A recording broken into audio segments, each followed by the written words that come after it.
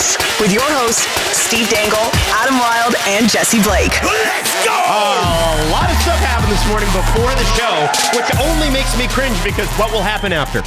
I know. I'm concerned. McDavid trade. Yeah, McDavid. Today's the day. Yeah. My money's on McToronto. Eichel extension. No, not to Toronto. Eichel San Jose. extension in Toronto. I have information on the Eichel extension. To New Jersey. For Dougie Hamilton. Yeah. And no. Jesse, you forgot the cornerstone of every shitty trade proposal. And a second. Ah, yes. It's got to be and a second. Yeah. First sounds ridiculous. And a second. I want to mention that our next live show is at the Roundhouse, October 18th. Our triumphant return. We've had some really great times at the Roundhouse. Even our company party was held there. It's so much fun. Also, like huge arcade and everything. But we're going to be doing You mean the rec room? So, yeah, the Roundhouse Rec Room. Is that what it is? I was like, did they change their name? Yeah, well, it's the Rec Room at the Roundhouse. Sorry, the Rec Room at the Roundhouse. Apologies for anybody who might be confused. That's fair, Jesse. I think Related topic. Jesse, do details matter? Nah. Hey, well, listen, I got the date right That's this the time. guy You to your did. right. Hey, listen, That's the guy to can your we right. take steps here towards perfection? That's true. Hey, we can't just start at 10 out of 10. All right? Oh. All right? Okay. Anyway, we'd love to see you there. Wherever it will is, be a perfect we'd show. love to see you there. We're going to have a show. We'll tell you where it is eventually, and we'll tell you what date, too. It's October 18th. Jesse, what's that? First 50 people to buy tickets. I don't know if we've crossed 50 actually, but if you were one of the first 50 to buy tickets since we announced this, you'll get one of these SDP mini sticks at the door. You can see it. If you're listening, envision what an incredible SDP mini stick would look like. How many goals you'll score against your children? Think about how many deeks you'll have against your children. Knifing How on 'em. embarrassed Whoa. they'll be. Hey, Wow, wait you now. almost killed the microphone. Hey Jesse. now. Wow. I had to get 3 of those because I brought one home and my children began fighting over it immediately. And so they each get one and daddy wants one also. Those are the joys of having multiple children. It's so good. Oh, and Isla is in the just experiment with objects phase. And the way she experiments with objects is by hitting her father in the head with them. So I was just lying on the floor and she's just like standing above me, like quietly, calmly, everything's fine. And then whack! Like she's just right in the forehead. Emma Malte would be very proud. Yes. Oh, yeah. 100%. Well, and Isla's going to be, I think if Isla gets up to her height, it would be fortunate. Yes. Well, I don't think she will. Gonna be a small kid? Yeah. Oh, yeah. Oh. Oh, yeah. That's our girl. Because she's very short and has a big head. Mrs. Dangle is not the tallest person She's alive. 5'0.5. she might be the shortest. I don't know. I don't know if her height starts with a 5. Steve. The Dangle family does She not have a says high it ceiling does. or a high floor. I don't know. She says, oh, no. Low floor. Low to the floor. Hey, Steve, what are you? You're 5. Last I 5'11". checked, 5'10 and a half. really? I would like to say 5'11". I won't sneak it in there. 5'10". I am Your doctor wouldn't give you the 11? No, which No. was rude. I had a doctor once tell me I was 6 feet tall, and nobody believed me. That person was being But it was kind. at the hospital. Where were and you? I was doing a lungs test because I'm trying to get shots so I don't have to be allergic to my cat anymore. Okay. And I had to do, and I'm an asthmatic, so they're like, we're worried about your asthma, whatever, and my lungs are fine. And then he's like, hey man, you're 6 feet tall. And I was like, that was one of the greatest days of my life. I'm not. But When I was like, this? A doctor told me, this is a year and a half ago. I still think about it. Oh, I was going to say, was this when you were on whatever dating app you were on? No. I should have put on the dating app. Single dad. So that's 50% of the people gone, Left, and then left. under 6 feet tall. That's another. Here's a another picture of me 40%. in my Ferrari bed. That doctor must have been giving you an inch, right? What's that? He must have been giving you an inch, the doctor? Well, you know Because what? you've never been 6 foot in your life. I'm 5'11". I am squarely 5'11", and unfortunately, that's where it stopped. But yes, he gave me an inch, and I appreciate that. Adam, do you remember when you thought I was taller than you? I don't remember that. I don't No? remember much. The- You know that. And I go, why do you go, yeah, you're taller than me. And I go, why? Why do you think that? And you're like, because when we're face to face, I look up at the top of your head. And then we paused for a second and I went, Adam, you're an idiot. I don't remember that. Don't remember that. Your eyes are not at the top of your head. I have to be honest with you. I don't think that even happened because I can't remember. That 1,000,000% happened. Probably never happened. Definitely happened. I just want to quickly say that, we had the Luke Hughes extension happen right before the show. Yes. Kirill Kaprizov signs the richest contract ever. How does that affect everyone, including the Leafs? Oh my God. We'll talk about that. But first, the big news. And I don't know if Steve knows. I do. Edmonton got their man. Yeah, one of the leftovers from my time at Sportsnet is for some reason I get all the Oilers emails still. Oh, okay, great. Well, Connor Ingram is an Oiler. Now, initially, it looked like Connor Ingram was going with no retention, which is what the initial reports were. But now... Well, that wouldn't make any sense. Exactly. And people were like, that's so Oilers, LOL. Yeah, right, but right. Actually what's happened is that he is now passed through waivers. So if the Oilers had claimed him, not only do they have the full salary to take care of, but they also got to try to send him down and put him on waivers again, which, I think they'd probably be able to do, but even so, it's a risk you don't want to take. What the Oilers are getting now is a contract at 1.15. So I believe Utah is retaining something like $700,000 or $800,000, and they can send him right to Bakersfield, and they don't have to worry about that. And they would incur no cap hit. Yes, exactly. So this is a guy who, after being in the substance program a couple of times, gets to get his game back on track in Bakersfield. And what a prime opportunity in Edmonton for him, because he's had some flashes of brilliance in his time in the NHL. And that's the thing with Connor Ingram. You're like, it's there. We know it's there. We've seen it. Yes. And we just need to see it consistently. And so Bakersfield is where he's going to start, and we'll see what happens. Yes, Jesse. Question from the audience. Why are the Mammoth giving up or retaining salary if they're not getting anything in return? Because they're trying to do right by the player in this instance, because he has asked for a change of scenery. They also free up $1.15 million for a player they were not going to use. Okay. And they had agreed not to use. Yeah. Right? I would have just asked for anything. Because future considerations is what they're getting in return. We all know that usually amounts to nothing. Yeah. It might be something. It might be something down the line where they get some sort of something down the line. But a lot of the times it's just like, okay, that's been enough. We'll wipe it away. I don't know. In the transaction for them, I would have been like, hey, give me a sixth. And it could be that. Like, it could, who knows? This could be like the most complicated future considerations ever. Yeah. Where if he plays 5 games, it's a 7th. If he plays 15 games, it's a 6th. It could be all that. In NHL history, future considerations has been a first. I discovered that trade tree. Was that the Lindros trade tree? It ended up. That's how Calgary or Colorado got Robin Regeer or something like that. It's a first-round pick in future considerations. Anyway. I'm passing judgment on something that isn't solved yet. I am well aware of that. That's fine. Yeah. And listen, you can only go with what you know. Yeah. And do you think any insider cares enough to dig deep on the future considerations on this one? They should. Yeah? They should. Listen, your audience... If I'm an insider, I'm like, it's okay. You can have that one. Your audience is nerds. Yeah, that's your true. audience is nerds. Yeah. Your audience is people who would care about that sort of thing. I feel like our comment section is full of, man, who cares about that? Written by someone who deeply, bitterly cares about that. And that's because we are alike, you and I, more so than you would like to admit in your deepest, darkest moments. Connor Ingram's ceiling, and this is something we've talked about with the Oilers before because everyone's Skinner. To me, Skinner is fine if used in the right role. Skinner's ceiling is high. We've seen it. Pickard's is not. I think Pickard's ceiling is adequate stopgap.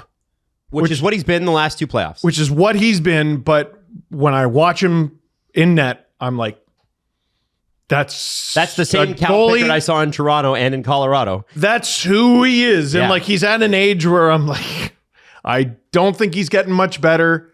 It's great that he's still in the show. It's an unreal story.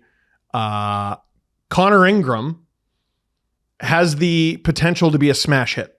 Yeah. Well, his best season was with the Coyotes in 23-24. 50 games he played. Not long ago. 23 and 21 on that dog shit Coyotes team. 907 save percentage. And the season before, he played 27 games, 907. Listen, if you can get 20 games and a 907 out of this guy on the Oilers this year, you get a 15. Probably win the division. That's great. Between Skinner, if he plays all right, and Ingram obviously playing at a 907, and Pickard, why wouldn't you win the division? Yeah.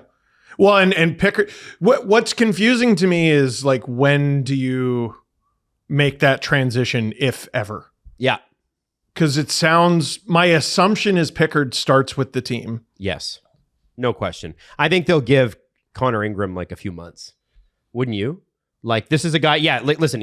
Well, it kind of depends how the both of them I would do. have a short leash on like those goalies. Like, All if of they're them. struggling, All three like, of them. now you have somebody in there to give a shot to. I guess it's Ingram just 'cause he could be missed starting training in the camp, Stanley right? Cup final. He didn't. You know? I don't think he was. I'm not sure if he was participating in Utah training camp. I believe he was staying home. That's why I think it might be a few weeks before. You know what I mean? Get him up to speed. If Pickard has a really slow start and looks bad in the games where he has to come in, I think right there you have your solution. And here's another shot. Go ahead, Connor Ingram. Let's see what you got. And you got to play him. Like, you got to give. I think you need to give Pickard the opportunity to win or lose that job. Like, you can bury Pickard with no penalty. Although, if you put him through waivers, I think he gets claimed. Yeah, I don't think that's somebody who lasts. Yeah. You know? Whereas Ingram, you don't have to worry about that. He's already passed through. Yep. So Yeah, it's good. And listen, it cost Edmonton nothing, and that's always great. We love a cost-free deal. And obviously, when somebody's been through the that program, you wish them well too. So what a great opportunity. We could be talking about Connor Ingram in the Stanley Cup final this year. he's had a wild career. I want to say he was a late draft pick of the Lightning. The first time we covered Connor Ingram was a COVID episode, so you can be forgiven for forgetting this, but there was a match-fixing scandal in Sweden for a game where he was the goalie. Oh, I don't remember that. I'm pretty sure. Yeah, it was like in the Allsvenskan, I think. Oh, God, what was the name of the team? I think it started with a B. But that was the first I remember really hearing a story about him other than, oh, the Lightning got this guy and he might be good. And I was like, great, happy for you. And then he ends up where he ends up. He does well. There's some bumps in the road.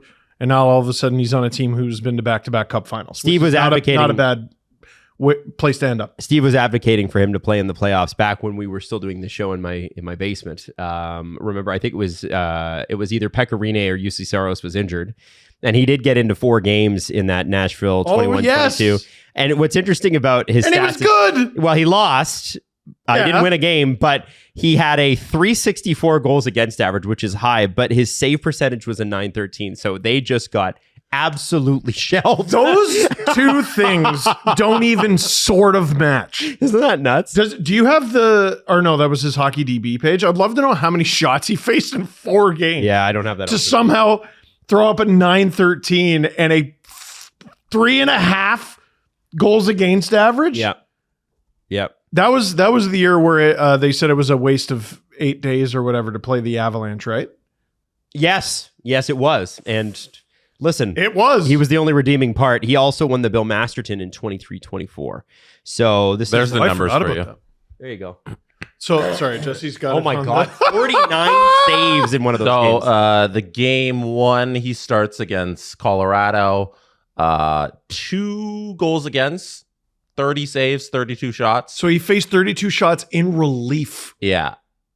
Game 2, he goes in. They lose 2-1 in OT. And in that game, he stops 49 of 51 shots. Wow. Crazy. Yeah. And then the next game is blown up. On the May 5th game there, that 1-1, and then they lose 2-1 in overtime, we titled that episode that day, I Was Right About Connor Ingram. And then on the May 8th, I think the next night we would have done an episode, we titled that one, I Was Wrong About Connor. How the media shifts. Because he allowed 6 goals that game. They lost 7-3. Typical Toronto media. We're a fickle bunch. Typical. Yeah. So yeah, if you just Google those episodes, you'll see the titles back-to-back that week from the May 5th to the May 8th episodes, or May 6th to the May 8th. Your goalie allowed 14 goals in 4 games and was by far your best player. 147 shots again over 4 games. That's not all right. That's not fun. And one of those good. games he didn't even play the first. No, it 15 was minutes. 100. Here, can you go back, Adam? It was 147 saves. Oh, 161. It was 161 shots. Man, they were not great. No, they were not. 13. Not bad. Really good. He gives the Oilers that. We're having a fun conversation this spring. That Colorado team was kind of really good. Yeah. And that Nashville team was kind of not, right? They were just there. Yeah, I mean, that's been the last couple. They rode Rene that Yeah. 22 season, right? If Yeah. I remember correctly. And then they didn't have him. Yeah. Because he was hurt. Anyway, yeah, great stuff. I want to go, and I was going to, when I set up the show this morning, I was going to work us backwards. So, or not work us backwards, work us forwards. And what I mean by that is I want Kirill first and then Luke Hughes. So that's what we're going to do. The thrill. Because I think one has something to do with the other. And I think it's an important sort of benchmark because Kirill Kaprizov just changed the NHL. There were plenty of hot takes flying yesterday. I had one. I'm sure there'll be plenty of hot takes flying on this episode, but Kirill Kaprizov signs the richest deal in NHL history, $17 million a year for 8 years. That means $138 million. And I mean, I think 136. I think that in this, oh man, yeah. Again, we're working our way. It's easy to remember because he was picked 135th. Increase it one. Oh my God. Oh wow. That's like when Michael Scott's trying to remember phrases. He's like, my friend Pat took a turn to remember the word pattern. Oh. Why are you taking this long walk around to remember one number? It helps me remember. Andrew Raycroft retweeted him and said, damn, I was also drafted 135th, which I thought was funny. Come on, that's funny. Hey, listen, he's got a sense of humor. He might hate Toronto, and I don't blame him necessarily. I also don't. But yeah. Anyway, 17 million, 8 years, and obviously a lot of bonuses and stuff. And this is one of the last contracts you're going to see that's 8 years long. You know, We saw the Rantanen one, we saw the Marner one, we've now seen the Kaprizov one, and I keep asking the question with Kirill. I'm not going to ask that question. I think you take the money, but I asked the question about Mikko. I asked the question about Mitch. And, you know, I remember when we were kind of in that thing, in that weird window in June where we kind of knew he was leaving. We just didn't know exactly where and exactly for how much. Yes. And I was talking to somebody connected and I was like, listen, like, I don't understand why he would do anything more than 4 years because this cap is about to explode. Why would you do that? Now, what we understand is that Vegas said, if you want to come here, these are the terms. And he wanted to go there so bad that was the terms he was willing to accept. Which is the fruits of, you know, being a really good team for a long time. 100%. You get to, and no tax state too. That too. I mean, you get the, but you know, with Kirill, I don't feel like he's going to be robbed of any money. I look at Rantanen and I look at Marner and I go, you guys for sure could have made more money, and you probably. And where's Dallas? Tax free. Yes, but I would look at those two guys and say, listen. You know, I know that the teams that acquired you wanted you on 8-year contracts and stuff like that, but you probably had the leverage to back them down off of that. Like, are you telling me Vegas wouldn't have done Marner? Are you telling me Dallas wouldn't have done Rantanen? I think in those two cases, it's guys looking for peace.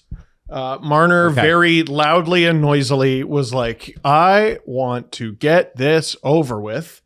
And after last season, I think you can forgive Mikko Rantanen for wanting a little stability. Yeah. Even if, you know, he has to wear a little egg on his face because he was asking for, according to reports, a lot more than that, right? He was asking in the Leon category. Well, no, that was the ask, but they were what Colorado said. That somebody got mad at me yesterday because I said the Colorado Avalanche should have just signed Rantanen. Apparently 12.5 was the deal. So he had started at 14. Oh, there it is. But but of course he did. And Colorado probably started at 10. And you meet in the middle somewhere. Well, and I think you look at where we were at in January or February of this year. Yeah. And Colorado paying him $12.5 million. It's interesting. Joe Sakic was like, we just simply could not do that. And I'm looking at Mikko Rantanen, even Mikko Rantanen at 13. If the 12.5 wasn't going to get it done, which I believe was the drop dead number for Mikko Rantanen. Mm-hmm. Okay. Even at 13 million, would you rather pay Mikko 13 or Marty Nietzsche's 10 or 11? I got a better one. And let's get controversial here. You are starting a brand new team, and you get to pluck players from any team. Arizona Coyotes. Sorry. Yeah. You get to pluck players from any team, but you're given the option. It needs to be one of these two guys. Okay. Cale Makar, Kirill Kaprizov. You can only pick one. And if you lose the game, you die. Cale. Nearly everyone in hockey, I think, picks Cale. Kaprizov's nuts. Kaprizov is truly elite, and I think a lot of people aren't, by the reaction that I saw yesterday, necessarily hip to how elite he is. Well, people can be forgiven for not watching every Wild game. Yeah, that's he okay. does drive that bus. Yes. Drew who posted the Lamborghini? No, it's a Bugatti. It's a Bugatti outside of a trailer. Yeah. Like that's how the Bulgarian Minnesota Wild build teams. Yeah. Like, yeah, lol, I get it. But the Avalanche don't do Rantanen because the reason I asked the Cale Makar question, he's going to get more. Oh, yeah. If he wants, first of all, automatically, Nathan MacKinnon, one of the best contracts in the NHL. Yes, he's been robbed twice, Nathan MacKinnon. Yeah, he keeps robbing himself. Right? 12.6 is a discount. Yeah. He was the highest paid player in the league a couple of years ago. About 3 seconds. Yeah. Makar can ask for and be justified in asking for more than Kirill Kaprizov, who just signed for $17 million. I think this is part of the problem, and there's a few GMs that are cursing Bill Guerin this morning.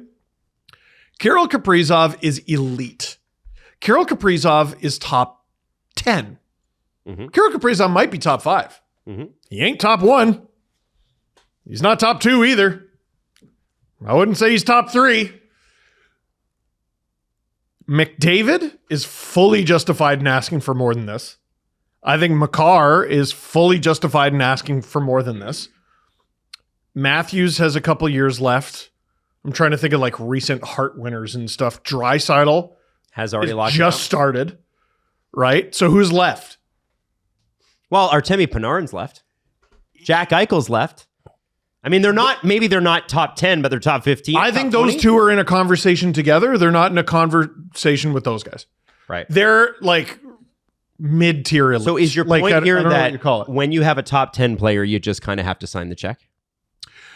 No, my point is Kaprizov signing for the richest contract in NHL history is going to give birth to the next 2 or 3 richest contracts in NHL history. If his contract started today, he'd be the highest paid player in the NHL by $3 million, and he might not begin next year. Probably won't begin next year as the highest paid player in hockey. Jesse, your reaction instantly, and now that you've had a night to think about it, with Kirill, has it changed at all? Where you're like, oh, that's great, and then it was like, oh, that's terrible. Some people were, oh, that's terrible, and this morning they're waking up and going, it's not that bad. The Minnesota Wild and Craig Leopold had no choice but to get this done. And you can tell. Leopold did an interview in The Athletic where he talked about how the deal was getting done and everything. And about 3 weeks ago, they came to him with the 16 number, and then they had raised it up to 17, and they always knew like 17 is going to be the number.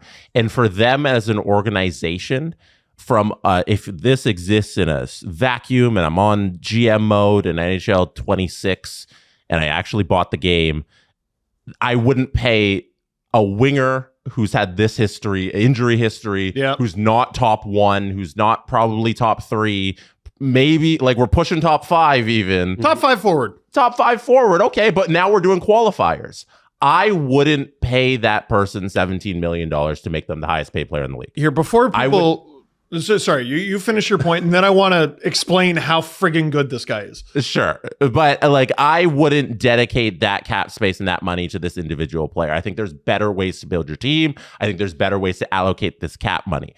But we don't live in a world where you can just GM like there aren't people and an entire $1 billion team involved. Yeah. For Craig Leopold and an owner who's emotional. Wild, this player is worth that $17 million in everything he brings to the table. You have your superstar on your team locked up forever. He is very good, and Steve's going to go into the numbers on how good he actually is.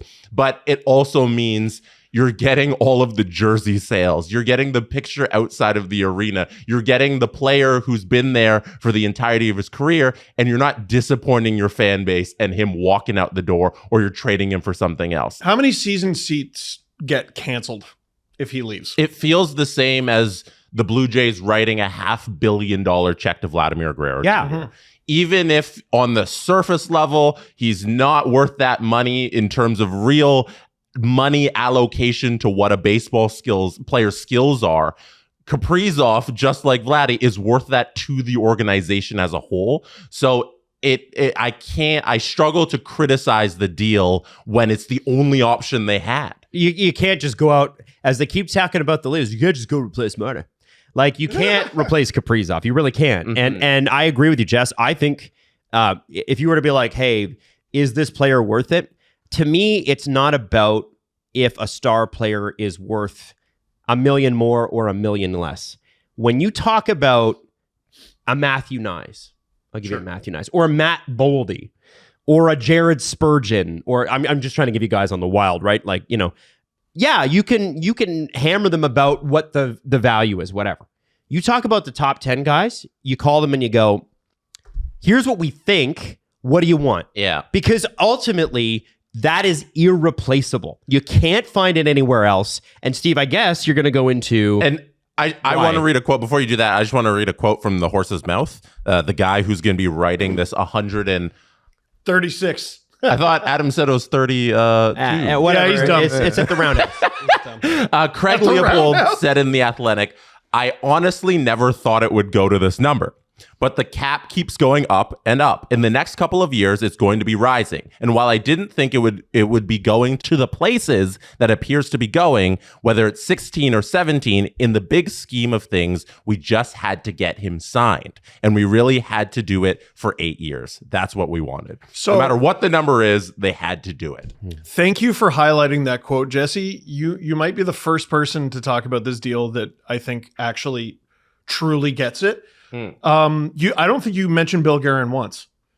No, this has nothing to do with Bill Guerin. Bill Guerin walked in and said, okay, Craig, how much can I give to him? Craig's like, whatever he wants. And then they're like, okay, go do that. Bill Guerin is not making $136 million decisions. This is the easiest contract he's ever negotiated. Yeah. He never had to negotiate it. Yeah. The owner did. Yes. This is a deal between player and agent and owner. Yes. It has nothing. I mean, what's the GM supposed to do? Grind him as hard as he can, and it obviously, like, forget Guerin caving. That quote reads as the owner caving. Well, I never thought it would get to this. Not even caving, just understanding that whatever Kaprizov wants is what I have to pay, and he knew that from the start. And I think he's a good owner. I think Craig Leopold's one of the good ones in the league in terms of caring about the fan base and the franchise and the team. Oh, he'll spend money. He knew what he had to do. I want to say this. Craig Leopold, by the way, also used to own the Nashville Predators. But he's an interesting guy. And one of the things that I find interesting is if you Google his name and his net worth, super yacht fan is the first place that comes up. Okay? What? Super yacht fan, because there's super yachts everywhere. Craig's got one of them. And so they actually have a picture of Craig's super yacht. If we ever do NHL owner watch, we can bring it up. But Craig is worth $3.6 billion. Okay. The initial offer, if reports are to be believed, and the reports are legit, the initial offer was $16 million a year. 120. Yeah, he says it. Yeah. He says it here. So all Bill Guerin really had to do was go, can you cough up another $8 million? Yes. What is $8 million over 8 years to somebody that's worth $3.6 billion? I mean, it's going to make... Does this make Guerin's job harder or easier? Yes. It will make no difference in his life. No, every dollar that Kaprizov signs makes his life harder.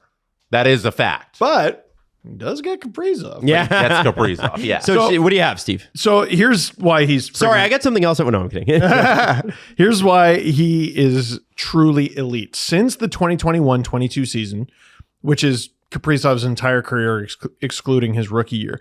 Kaprizov is tied for 5th in points per game. That's 1.27 with Austin Matthews.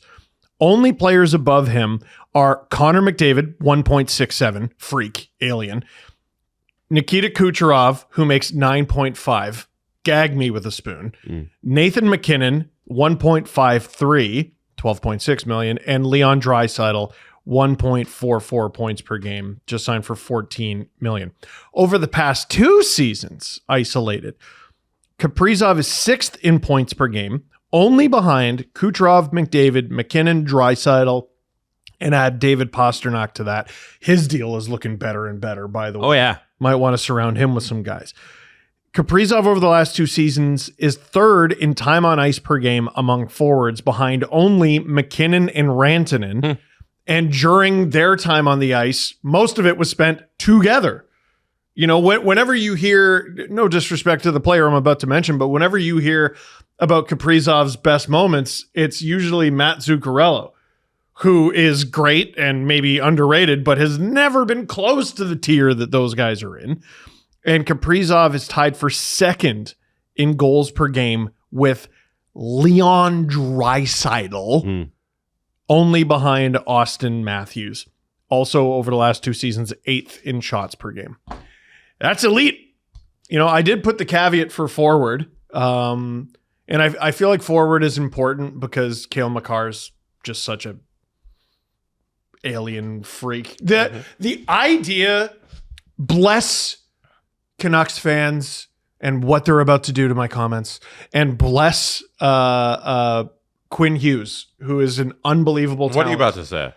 The best defenseman conversation is one person. Stop it. It's one person. It's Cale Makar. Everyone knock it off. It's Cale Makar. It's also Cale Makar. But furthermore, it's Cale Makar. And Quinn Hughes. Quinn Hughes could be number 2. But Cale Makar is number 1, and also 1. But after that, for forwards, there's not many other players you would consider giving this money to. I just had to check something because I believe in the 23-24 season, the writers voted that Quinn Hughes was the best defenseman in the National Hockey League. Cool. Did he also win the Damn That's Crazy award the next season when Cale Makar won it? I don't know. For the second time? It's just there's conversations to be had here. Yeah. I love that Erik Karlsson Norris trophy is just... Stop it. We don't talk about that one. Oh, no, we're not going to give Connor McDavid the Hart Trophy because Taylor Hall made the playoffs, but Erik Karlsson on the Sharks. Let's give him... They really should have invented the Pew Pew Pew award, like for defensemen who just have never seen their own blue line and put up 100 points on They allowed on a him. team. They allowed him to just go out there and play strictly offense so they could pump up his counting stats and then eventually trade him, and it got him a Norris Trophy. Got them some pretty good, Crazy. pretty good assets. And then they were able to flip him for Granlund, who they were able to turn into another first. Like, really was the gift that kept on giving there. Cale Makar is going to make more than he's going to make more than this. Let me throw a number at you. He is. This is a number that would apply to Connor McDavid, and it would apply to Cale Makar. But first I have a question, because a lot of rules have changed recently, and I'm still catching up. When is the cutoff for signing an 8-year deal? Next year in September. Next September. So all through July, upcoming July, you can still sign for 8 years. Yes.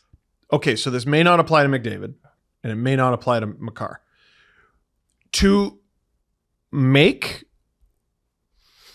sign, if you were to sign a 7-year deal at $136 million, which is what Kaprizov just signed for, that brings you to $19.4 million per season. And if you think that's a lot, the most you can sign for is 20% of the cap. Next year, the cap is $104 million. That's $20.8 million. And all of a sudden, 19.4 sounds all right. Would you pay $19.4 million for Cale Makar? Would you pay $19.4 million for Connor McDavid? Would you pay $19.4 for anybody else? My answer is Nathan McKinnon. You can't tell me you wouldn't do that for Nathan. Yeah. Okay. Because you're not just paying for Nathan McKinnon's talent, you're paying for his personality too. Like he's such a dog. He's a dog. Like watching him at Four Nations and finally being able to cheer for him. Yeah, but I was like, man, this fucking guy's a dog. He's insane. You're not taking into account the extra cost of ice repair. Because he just skates like, fuck you piece of shit. The angriest dude on the ice. Goddamn ice. I think the other one that I'm really paying attention to is Jack Eichel, because when Marner signed there, the conversation in July was, they're going to do the Jack Eichel deal, and it's going to come in somewhere close to Marner, maybe slightly above, I don't know, let's say $13 million. Yesterday on Insider Trading, where our boy CJ is on TSN, LeBrun said from Eichel's camp side, it's $14 million. So right now. So and he doesn't want to leave Vegas, and I get that. So he probably could make more in the open market. But if it's $14 million and Vegas can get him down to 13.5, that might end up being a steal. Like where this is going, that might not be that bad in a couple of years. And I think it's, think about where the cap's going to be it's not next year, 105 or whatever. Remember that the cap being set, quote unquote, is still open to flexibility. So 105.5 can go as high, I think, as 107 or 108 if HRR, which continues to grow, which it does. Mm-hmm. If the next year, when it's supposed to be like 114, 115, it grows like it is expected to, we could be closer to 120. And at that point, you're getting $20 million hockey players. The Sharks should trade everyone. Just try so hard to be shit and score no goals. Like on the power play, I don't understand why accidentally send out 3 guys. I was thinking about rebuilding teams today. All the teams that are celebrating and tap dancing today are the guys who have almost their entire roster under contract already. Think of how good Florida feels right now. Tampa. Honestly, the Leafs. Mm-hmm. Like, there's a lot to feel good about. Matthews. Good thing they got that Stoller. Didn't sign a long-term deal, but yeah, 100%, Adam. If you're like a rebuilding team who's like on the up and you're like, our numbers coming in. Yep. And you're like Celebrini when that conversation starts to happen, which isn't yet. But like, what if he just friggin' goes off? It'd be cool. He might be the first 10 million guy right out of ELC. Oh, sorry. Oh, we have 2 of those in Toronto. Oh, very 10 million plus out of ELC. Cool. Yeah, but unprecedented success. Yeah, so that was good.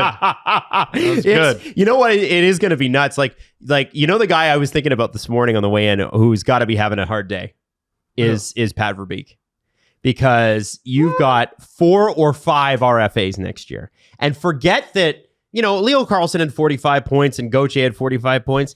What if that's 70? Because you kind of need it to be. Well, right? So okay. You're like, oh, what if they make the playoffs? And if I'm Pat Verbeek, I'm like, oh, what if we don't? It legitimately might not be good for the long-term health of the Ducks if they do well this year. They're making it. They're going, man. Oh, They're man. Going. I also want to mention, unless you guys have anything else on Kaprizov. Can I do one interesting note about Kaprizov's contract, in that fact that it could go up as time goes along? Wow. Oh, this is interesting. His contract is being paid out by a bonus on July 1st, and then throughout the season, he makes minimum salary. With the rising cap, that means the minimum salary he's going to make each and every year also goes up. So his contract will be prorated, I guess, over time to raise, because that $925 that he make during the season now, when the cap is at 120, will be, if the minimum salary is $1 million, then he'll make $1 million. So his cap hit will actually rise during the length of this 8-year contract. And the cap is going up like 10% year over year. Right. So I'll read directly from Puck PD here. They said, interesting note that in the next CBA, the league minimum salary will likely be above $1 million in 2030, 2031, and beyond. So it's not right away. So Kaprizov would get a raise to the new minimum and have his his contract automatically adjusted upwards. Yes, this probably won't take place until 2030, 2031 and past that. But as the minimum salary goes up, Kaprizov's minimum salary that he has to make during the season will go up, and therefore the entire worth of his contract will go up, and therefore his AAV will actually rise. The only other time I can remember this happening is Marner and Matthews both had their cap hits slightly adjusted, like after COVID. That's a fun little wrinkle. Yeah. So for the nerds. So the $17 million that he's making on the cap each year will actually be a little bit more come 2030 and the rise in minimum salaries. Jeez. So he might make another few $1 million. Over the length of the deal, yes. Yeah. That's cool. Due to that, hundreds of thousands will accumulate over time and he'll make a couple extra. Yeah. 19.1 million in his first 4 years. That's not bad. That's okay. $20 million every July 1st, I'd celebrate. Unless he was a Coyote, in which case they may not pay the bonuses on time. Hey, remember that happened? Yes, so I do. I want to talk about briefly, or I want to hear someone tell the story. There needs to be a story done on one of the most innocuous but influential phone calls in NHL history. And that was on day 2 of the 2015 draft when the Minnesota Wild called up the Boston Bruins and they said, hey, we'll trade you our 5th round pick next year for your 5th round pick this year. Because that's how the Wild got Kaprizov. Oh. The Wild acquired the 135th pick in 2015 from the Bruins in exchange for the 136th pick the next year. The guy the Bruins got capped out at the ECHL. I had never heard of him. The other one is the highest paid player in hockey history of all time. It's crazy. Oh, Stop it. Why does that happen back-to-back shows? Google, shut off Siri. You should turn off your Siri. Hey, Alexa. Hey, Siri. Hey, Google. Talk to each other. Turn off. What's 2 plus? Don't do that. We've done that bit before, and people don't like it. I love it. Oh no, my Siri's going now. I said $925. He's making $1 million. So yeah, as it crosses the $1 million threshold, he's going to make more. Got it. Adam, next thing. Hope in every step is it's more than a walk. It's a movement. Oh, you see. Held this year at Spencer Smith Park in Burlington, November 1st. It's an event that brings the community together to stand against gender-based violence. By stepping out with us, you're raising funds for the Halton Women's Place and sending a message of solidarity to every woman seeking safety and support. Walk in heels or boots or sneakers. What matters is the heart behind every step. And typically, this event forms about 200 people that show up to this, including a huge group of boys from the local high school sports teams and junior hockey. It also includes lunch and an event toque, although with the way the fall's going, I don't know if we're going to need the toque. It's pretty warm, man. Yeah, you can leave the toque at home. Yeah, this has been something that's been going on for a while. Hope in every step. More than 1 in 3 Canadian women have experienced intimate partner violence in their lifetime. So this is something that we obviously is near and dear to our heart. $20 for adults to sign up, $10 for youth. If you want to look into this, obviously the link is in the description, either of this show or the audio part, whatever you listen on. So please check it out. Again, it is Hope in Every Step. $20 to sign up for an adult, $10 for youths. Luke Hughes, $9 million, 7-year contract extension. And what I kept saying, and I want to take credit for this, Jake Sanderson contract. This is the Jake Sanderson contract in the new world. Jake Sanderson signs his contract a couple years ago, $8.05 million, 9.15% of the cap. Got it. Luke Hughes signing his today, 9.42% of the cap. Is it? I think it's expected that Adam didn't even remember that. Somebody had to remind him that he said that, and then now he's taking credit for it. But I said that earlier. I know I did because I was telling Drew in our group chat. Yeah, because somebody reminded you the other day I was there, and you were like, "Oh, I forgot I said that." Well. It was at our live event. Imagine all the brilliance I've forgotten over the course of my life. Somebody reminded you that you said it was going to be the Jake Sanderson contract, and you're like, "Oh, I did say that." Literally, and hockey savant. Now you can brag about it because you did remember. What's interesting though is New Jersey. The fact that New Jersey, after way more playing time and way more points from Luke Hughes, still got him on the Jake Sanderson deal, which, if you remember, was signed like with just a year under his belt. I know we knew Jake Sanderson was good, but Luke Hughes has proven it a lot more than Jake Sanderson did. We didn't know Jake Sanderson was going to be that good. I mean, similarly, I don't think we knew Jack Hughes was going to be that good because even though he was the first overall pick, I think Sanderson was fifth. When Jack Hughes signed that deal, people were like, "Whoa, he hasn't even done anything." Yeah. That's like he might score over 100 points this season. I think at some point next summer, once we have like a full sense of where the new contracts are, we're going to have to do like a top 10 best deals in hockey based on like points to money, like how much your dollar gets you on some of those legacy deals that are, because man, you think about Jack Hughes, you think about Quinn Hughes. Luke Hughes is the highest paid Hughes brother. He's probably the third best Hughes brother. No disrespect. I mean, it's a high bar. It's not like being Brent Gretzky. Like he's pretty good. Pretty good. And it looks like he's going to be leading the power play. I think we've been saying it for a couple of weeks. I didn't have to be reminded of this, but I think Dougie Hamilton's gone. Now that this is signed, I think if CJ were to do a trade board today, October 1st, I think that Dougie Hamilton's got to be at the top of it. And there's no urgency to do that. Like, I don't think anybody's making any trades right now. I don't know, anytime over the next 12 months. But if you're a team like Chicago, one team that I looked at, I'm like, they're missing a guy like this is Anaheim. I know I keep harping on them. San Jose for sure. Yeah. Now it's a question, and he's got some protection and that sort of thing, but I'm sure you can convince him to come to a place with palm trees. And museums. Is there, we'll see who gets injured and that sort of thing too. But Dougie Hamilton, right shot defenseman, runs a power play. Yes, coming off a pretty severe injury, at $9 million.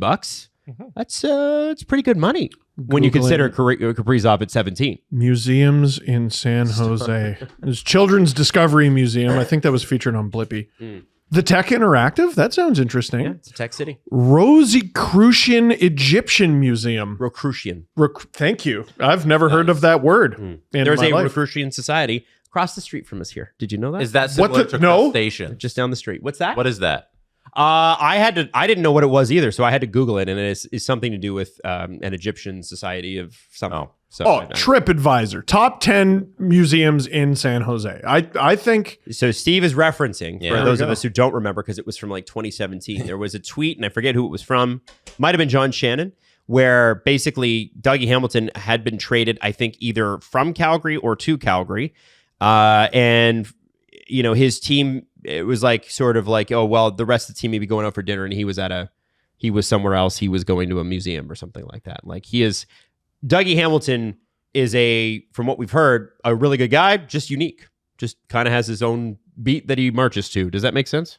Yeah. It's funny how word gets around in hockey. There was a player, I hope I've never told this story before. I will leave his name out. But it was two guys who ended up making the NHL, but they were in junior at the time. And this player who also made the NHL was traded from one guy's team to the other. Yeah.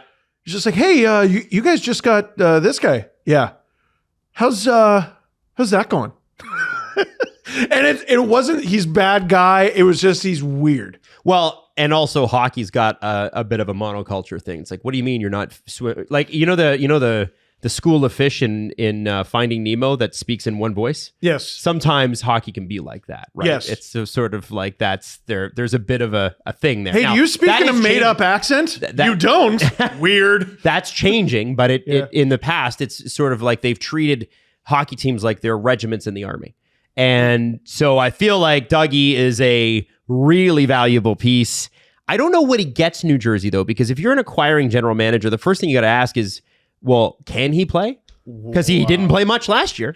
Yes. I assume he proves that he can. I assume he ends up being as good as he always is. Mm-hmm. And all of a sudden, $9 million for Dougie Hamilton. Actually, he played a lot last year. It was the year before. Sorry. Oh, sorry. Yeah. It was they all blended. Yeah, 40 points in 64 games, man. That's a valuable player. So he did get hurt. Yeah. It just wasn't till sometimes I think it was late. The years blend together. Yeah. But I look at that, Steve. All that to say, $9 million for Dougie Hamilton is pretty good. Yeah. And this is a guy who, when he arrived in New Jersey, in his first year, 30 points, his second year, 74. Oh, yeah. Not a lot of defensemen have ever got to that 70-point plateau. And he had 22 goals that year. Thank you, Kessel. One of the draft picks from the Phil Kessel trade. Oh, yeah, I know. It's brutal. The forgotten one. He's also from Toronto.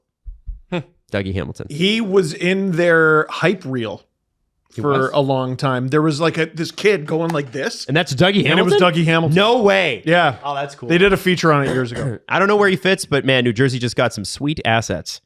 That's going to be... They're in a good spot. That'll be a good trade for them. They're in a good spot. They're also in a cap crunch. Like they're over the cap currently by like $3.9 million. So they have to figure that out. They also... Can they bury anybody, Jess? They got Kovacevic and Nason on IR, which helps them. So we'll figure out what they do with their cap as the season goes along. They don't need Kovacevic like at all. I thought they were trying to move him anyway. I would hope, like, he makes a lot, and like their right side's juiced. Like their decor is juiced. Like, I don't know. I just don't think you need $4 million. Well, they did just sign him to the extension.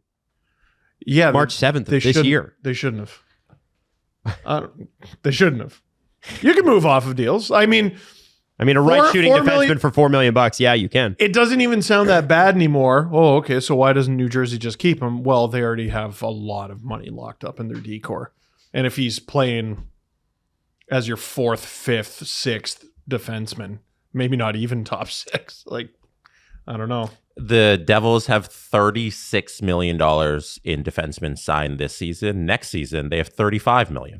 So they kind of got everything locked up, and that does not include an RFA deal they have to do with Simon Nemec, who was picked bloody 2nd overall. There's a lot of work to be done here. It's not an enviable. Well, I mean, it's kind of enviable because you got the guys, but the hard part is getting good players. So Nemec. So you could probably from that roster, you could lose Nemec, or sorry, not lose Nemec. You could lose Hamilton and Kovacevic and be fine. Yes. Because you're going to have, you've got Pesce and Hughes. Dillon's the left shot. Siegenthaler's the left shot. I don't know. Seamus Casey had some really good moments last year, but like I'm not sure if he's the. I mean, ideally, maybe you don't want him as your top 6 yet. Well, if I'm not mistaken, you can still send Nemec and Casey down if you really had to. You could send Luke Hughes if down. you had to. Down. You could send Luke Hughes down today if you want. You could. You perhaps should put him on waivers. Yeah. No, he does. You can send him down. He doesn't have to clear waivers. So what? Really? Yeah, he's 22. He's hasn't 22. played. He's waivers exempt. He hasn't played a lot. Yeah. For some reason I thought that was ELC only. Man, he's waivers exempt. Yeah, good for him. You could.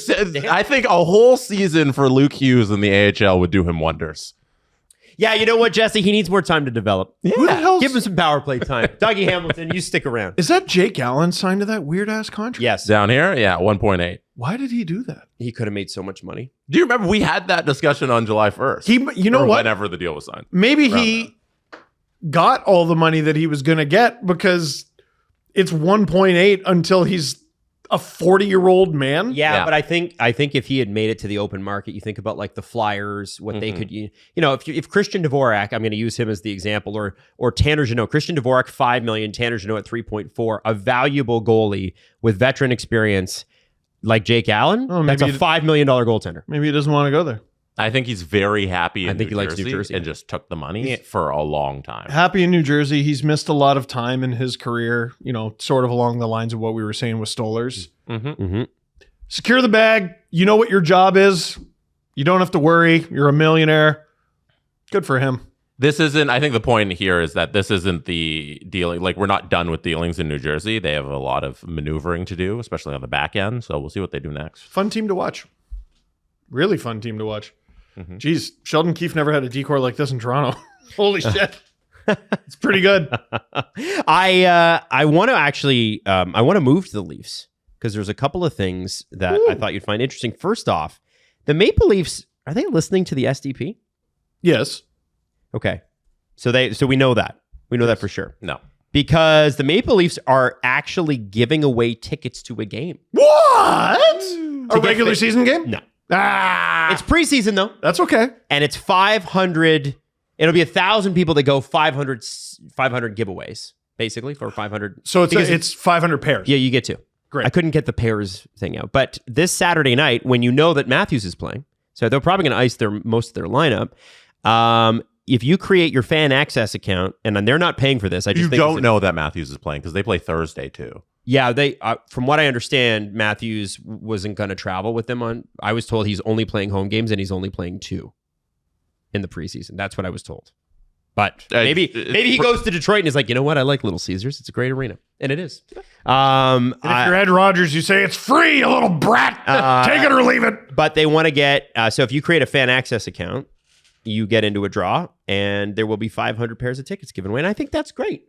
That's what preseason games should be used for: fan engagement. And the tomorrow's game is at home. Oh, I thought it was on the road. Yeah, no, that's why I was confused. Wait, so they had 2 games at home? I don't know about the Saturday game at all. All I know is like tomorrow, October 2nd, they play the Red Wings. Oh, this is for tomorrow's game. They play the Red Wings at home. Okay, then probably Matthews plays tomorrow. And then the 4th, they play at Little Caesars. Okay. I forgot today was the 1st. So what? Let's back up. October 2nd, what tomorrow. What is this for? If you do this now, you get to go to tomorrow's game. Again, we're working towards perfection here. Working towards. Taking steps towards perfection. Okay. I think that's cool. Okay, that's cool. Matthews will play tomorrow. All right. Yeah, it's okay. We got there. And I think that's kind of neat. The other thing that I want to mention out of that I think you will find very interesting is the Toronto Maple Leafs value has gone up. Now, we've talked about this before. Gary Bettman mentioned this. If Maple Leaf Sports and Entertainment were to spin the Toronto Maple Leafs off and sell them, yeah. Last year, Gary said $5.5-6 billion, no question. No. And I don't have any issue with that. I think that's probably true. Okay, but what's their actual quote unquote franchise value? It's probably less than that because these assets are very, very much in demand. Sure, but the actual franchise value has gone up over $500 million in the last. Oh Jesus Christ! It's a B. $500 million in the last year. 16%. All right, it's the preseason. We're working our way up. We're getting it all out of our system. I'm having the kind of game Nick Cousins had last night. Damn. $3.66 billion at this time last year. They're now worth $4.25 billion. Money's just made up. Well, so since Ed Rogers bought out Bell, he's made basically the money, almost some of the money back that he's used to buy out Bell. Like, it's crazy. Adam, here, let me help you out. It's Sportico. Let me read the Sportico article. It starts with the Sparticle. Yeah. They're worth $11 billion, said one spokesperson from whoever the fucking Suns. I think they'll be worth like fucking $2 billion more in 6 months. The average NHL That's an actual quote. The average NHL team at this time 2 years ago was worth less than $1 billion. Average NHL team. The Sens sold for $900 million? Yeah. And then they sold the Sens, but really they moved Arizona out of the league and they moved Utah into the league. And last year, for the first time ever, every franchise was worth over $1 billion. Okay. Wow. Now the average NHL team is worth $2.1 billion. Yeah, that's made up. Can I ask you, gentlemen, if you're worried about relocation of any of the teams at the bottom of the list of franchise values? What do we got? Like the Ottawa Senators? I guess we don't be worried about that. Andlauer can prop that thing up. They are the 31st highest value team. And they will always struggle with corporate sponsorships because it's a government city. But we also know like part of what's behind that. Like you mentioned the government thing, but their building stinks. Mm-hmm. And they're going to fix that. So that thing's going to go up if LeBreton Flats actually exists. We're unsure if it is a location on Earth. We will find out in the next couple of years. So they're at $1.34 billion at 31st place. At 32nd place, they've actually had a 21% increase in their value, but they're still last. The Winnipeg Jets at $1.33 billion. Cause for concern? Last. Actually, there is a team below them. One team. Well, the Coyotes? The Columbus Blue Jackets. Yeah. Yeah. An American team should not be below the Winnipeg Jets. Why doesn't that work? It does work. They just never, as Portsy put so perfectly in his article, they are the team that parody forgot. They are perennial bad. I guess they need like back-to-back good seasons. They need to go to the playoffs. Yeah. Winnipeg Wow. is based solely, I think, Jesse, on market size and arena. The arena is 15,000. They do have trouble selling it out from time to time, especially when the economy's tough. And the Jets did a terrible terrible job of reaching out to the community because they thought after 10 straight years of sellouts, well, we don't have to worry about this. And then they learned. So I look at the problems the Sens are facing, and I go, those are solvable problems. Or the biggest one is the building, and that's a solvable problem. How do you solve that in Winnipeg? I think you solve it by opening up Manitoba, which is what they're going to do under the new Canadian government, and start to build, major projects. You look at something like, what brings Alberta so much value, right? You look what brings Ontario so much value. Every province is different. In Manitoba, they have a really unique opportunity with Churchill, which is a port right on the Hudson's Bay. 4 or 5 months of the year, the water, you don't have to use what are they, icebreakers or whatever to get ships in there. Sure. And they're saying that pipelines and mineral extraction and all that stuff that they want to open in Northern Ontario and Manitoba is all going to go out through that port. And also with global warming in the next 75 years, you probably won't need icebreakers at all. Or at least for most of the year. So it's a port that they're going to invest heavily in. And so what needs to happen in Manitoba is you need the same sorts of things that brought Saskatchewan so much growth in the 2010s. And so I think that's going to happen in Manitoba. I think that there's a lot to unlock there. It's just that if you look at the major Canadian cities where there's an NHL team right now, Winnipeg is 7th of 7 in terms of economic power. And that's not because Winnipeg doesn't have potential. It's just because it's not there yet. Right? Okay. And so that is what can be done. They could build up the Manitoba economy, which from what I understand, that's exactly what they're going to do. Good. So I know a lot of Canadians who are like, yeah, I've been to this province, and they skipped right over Manitoba. I know. That was me for a very long time until I went there for a wedding. It's a cool place, man. Yeah, like I got nothing against it. I love every Canadian place I've been to. It's just for a lot of my life, it's like, yeah, Saskatchewan, traveling in Alberta, Canada is a BC. joke. It's insane. I think when you have those types of jobs, you have people working and making a lot of money. You look at like what the oil sands and stuff, what those guys make.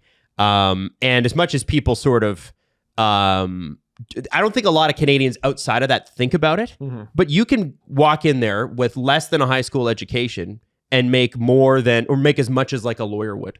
And I think those types of jobs being available to people draws people to provinces like that. So what I would expect in Manitoba is if these public works projects actually happen, is you're going to see housing prices explode, which people are going to complain about, and I don't blame them. You're going to see lots more jobs, lots of growth, the building of suburbs, schools, things like that.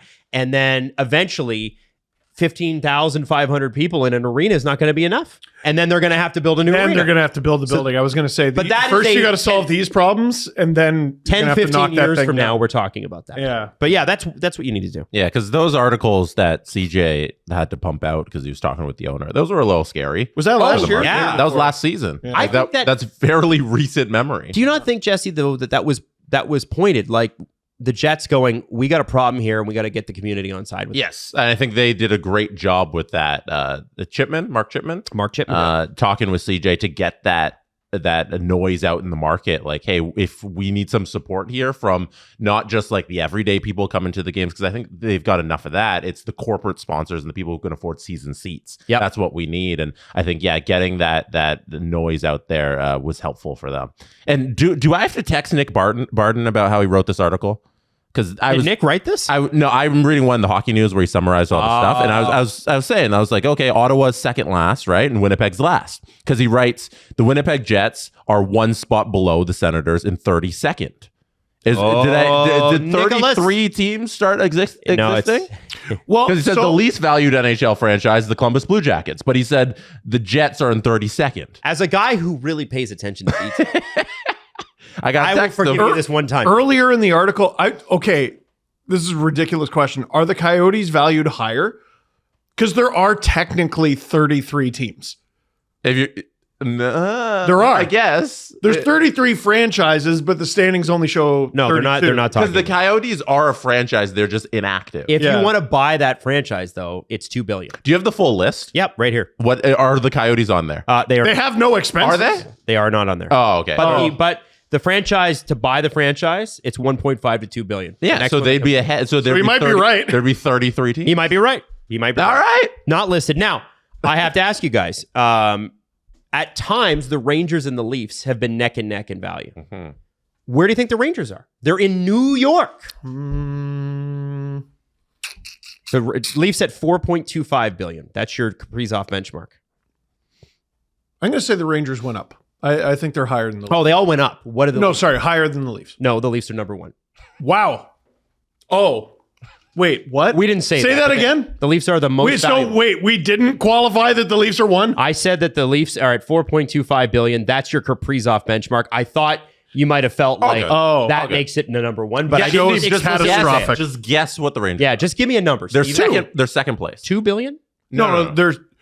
There's What do you want from me? I want how much you think the Rangers are worth. They're at number 2. they're at Got number it. 2. Yeah. There you go. 4 flat. Jesse, give me a guess. I already know. 3.65.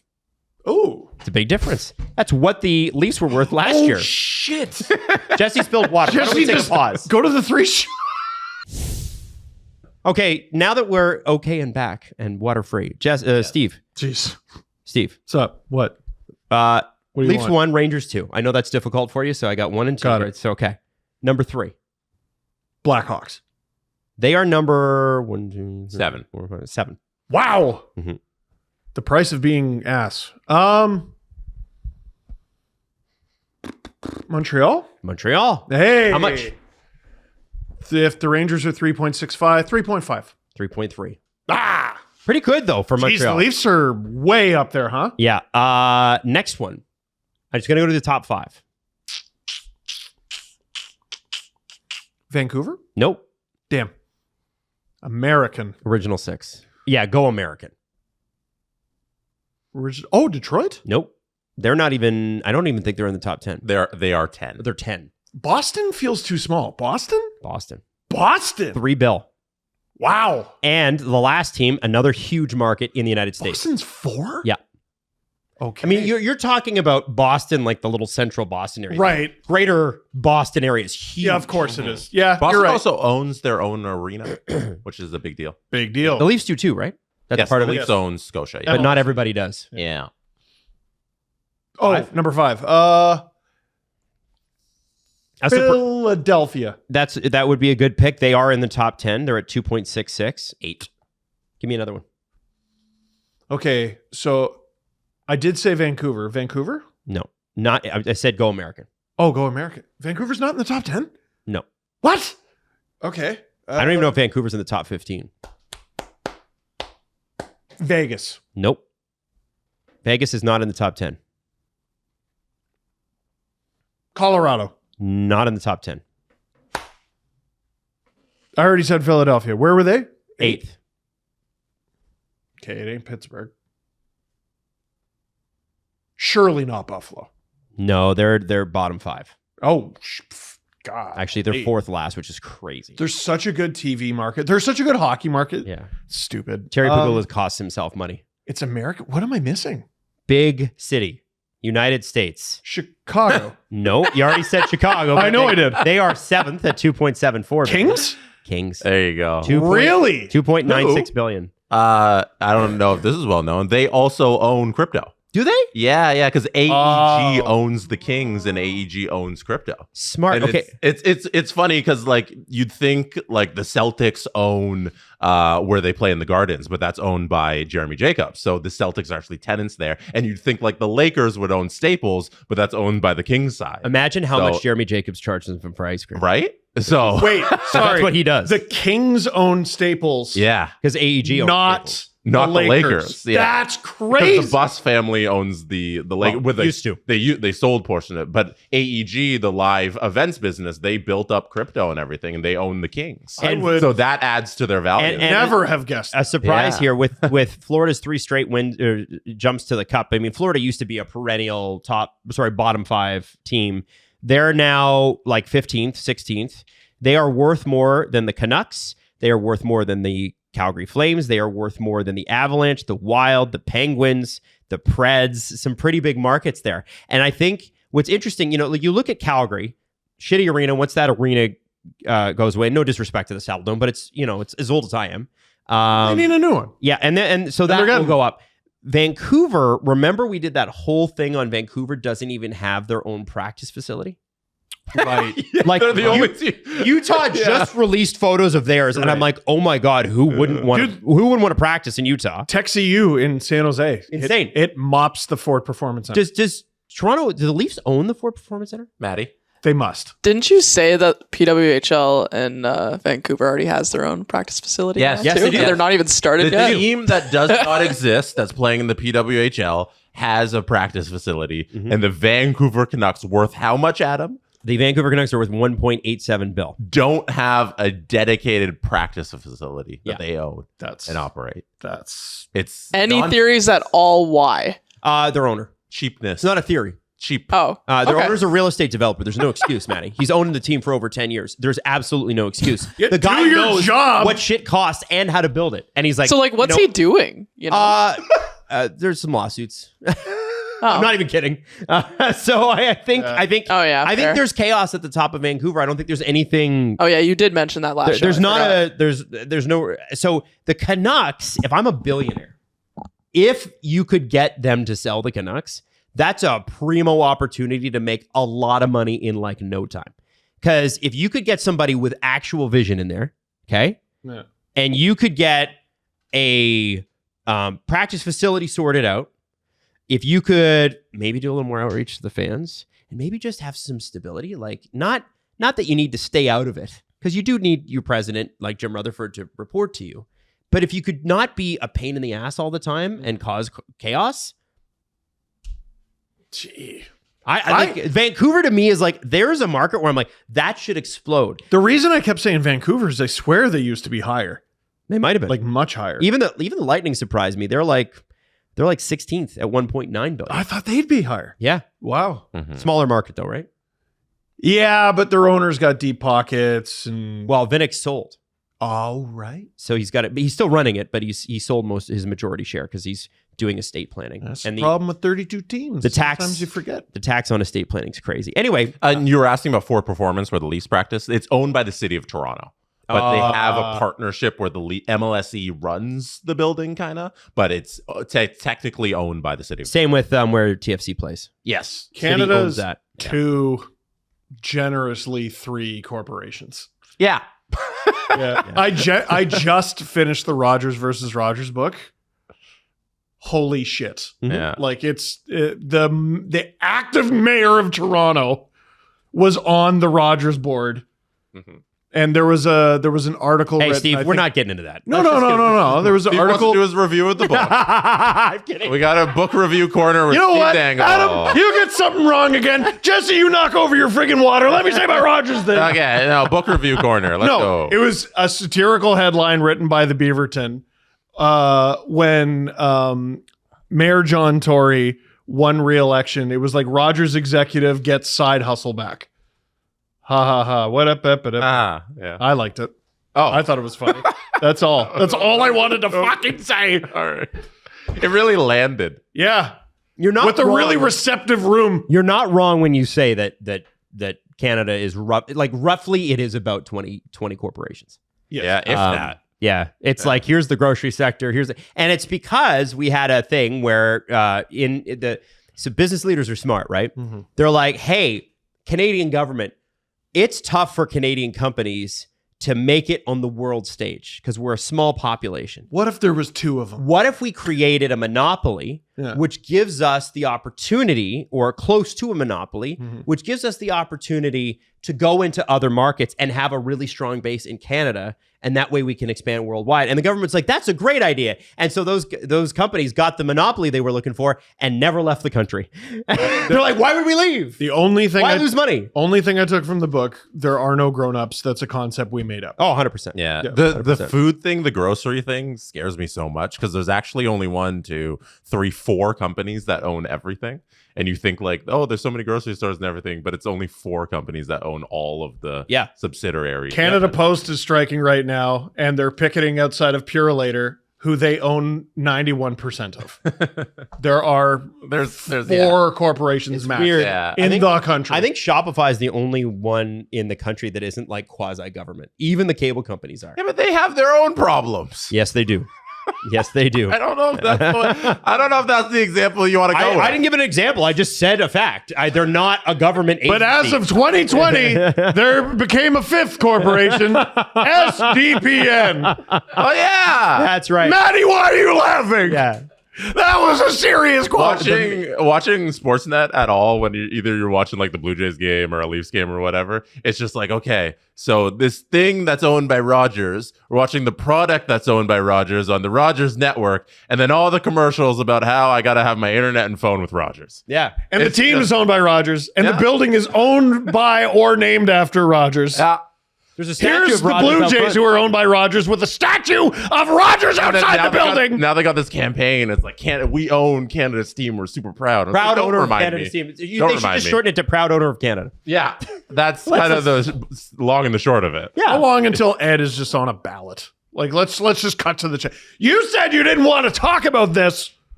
What do you want to talk about?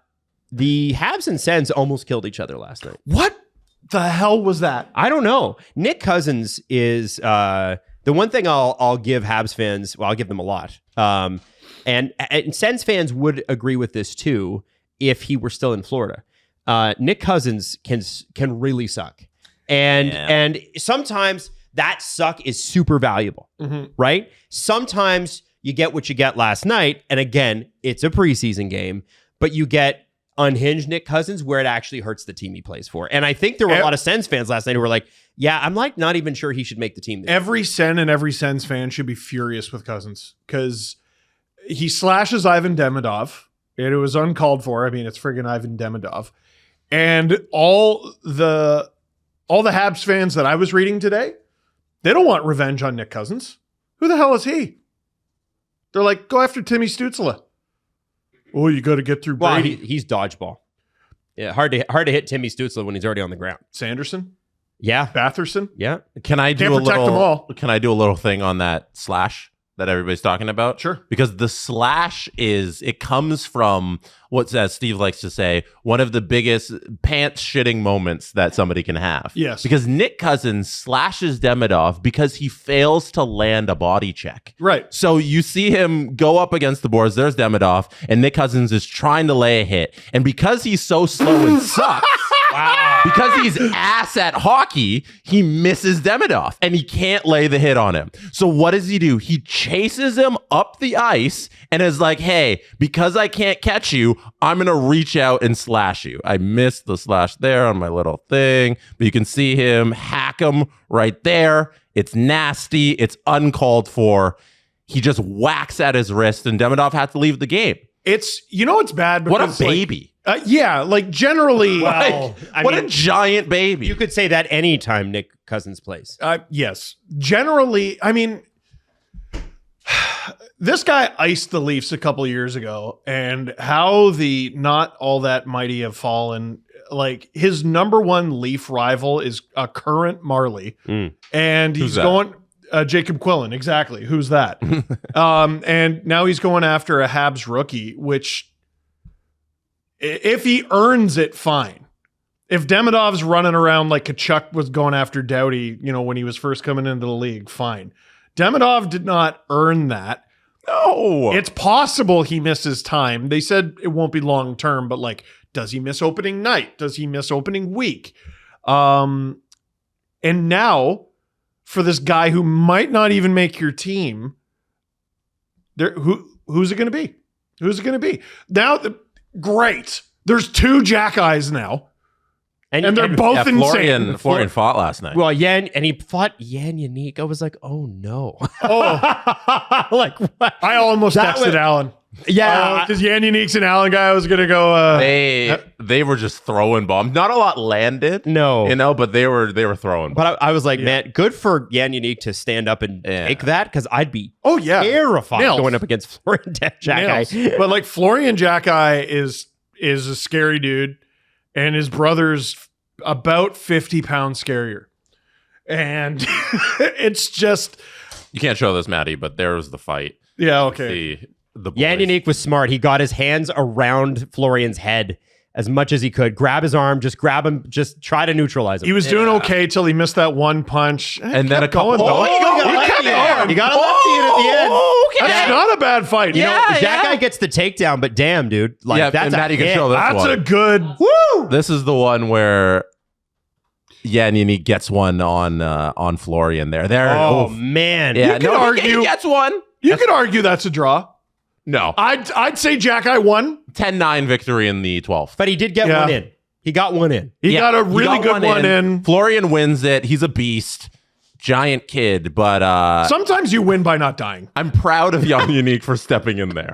Look, sometimes you win by not dying. It's true. Like, we gave marks to who was it? Marshall Rafai fought Zach McEwen. Yeah. Because what the hell are you doing fighting Zach McEwen as Marshall Rafai? And what the hell is Yan Unique doing fighting Florian And by the way, Jackeye? Zach McEwen fought last night, I'm pretty sure, too, in that line brawl. Oh, no. He did. I saw a Sens fan tweet, man, Zach McEwen is not good, and Dorian gave him 3 years. Yeah. And listen, I like Zach McEwen. I think he's tough. He's good at what he does. Sure. I question, like, how many of these guys... You want toughness throughout the lineup, I get that. That game did not, I don't think, do a lot for Nick Cousins Jesse, in the stop preseason. I'm sending this to Alan. Jesse, stop Oh, yeah. Yan Unique won. Yeah, I agree. Alan would say that. Yeah. By the way, anybody with a soft J in the NHL in their name, pretty good bet it's Alan's client. Yeah. I think that this is like... Lilligren. This is going to be interesting. I'm sure Travis Green this morning, if he talks to the media, they're going to say, hey... or he's going to say, hey, like, whatever, we love Nick, he does great, blah, blah, blah, blah. But I do have to ask the question, is a game like that from a veteran something that hurts your reputation and your stock this close to the regular season? Remember, that's your second last game. I don't know if Travis Green reacts that way, honestly. Like, I don't know if he reacts to anything. No, that's true. Doesn't really have a heartbeat. But he played like a similar role for most of his career or maybe not similar, but... he's a pest. Deeper in the lineup, past a guy who you expect to take a chunk out of the opponent in a preseason game. Like, I'm sorry, that's a dumb thing to do. Dumb thing to do. Yeah. Fine. Oh yeah, there's gonna be lots of fines. Suspension. Preseason. Okay, I'm of the opinion that preseason suspensions don't count unless he's suspended for regular season games.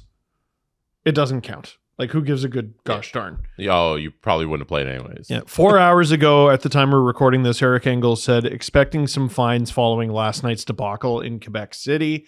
As of right now, we do not have those details. But yeah, I would imagine at least him. There were some ugly cross checks. I can't even remember all of them. There was one in the Calgary Seattle game as well. What happened last night?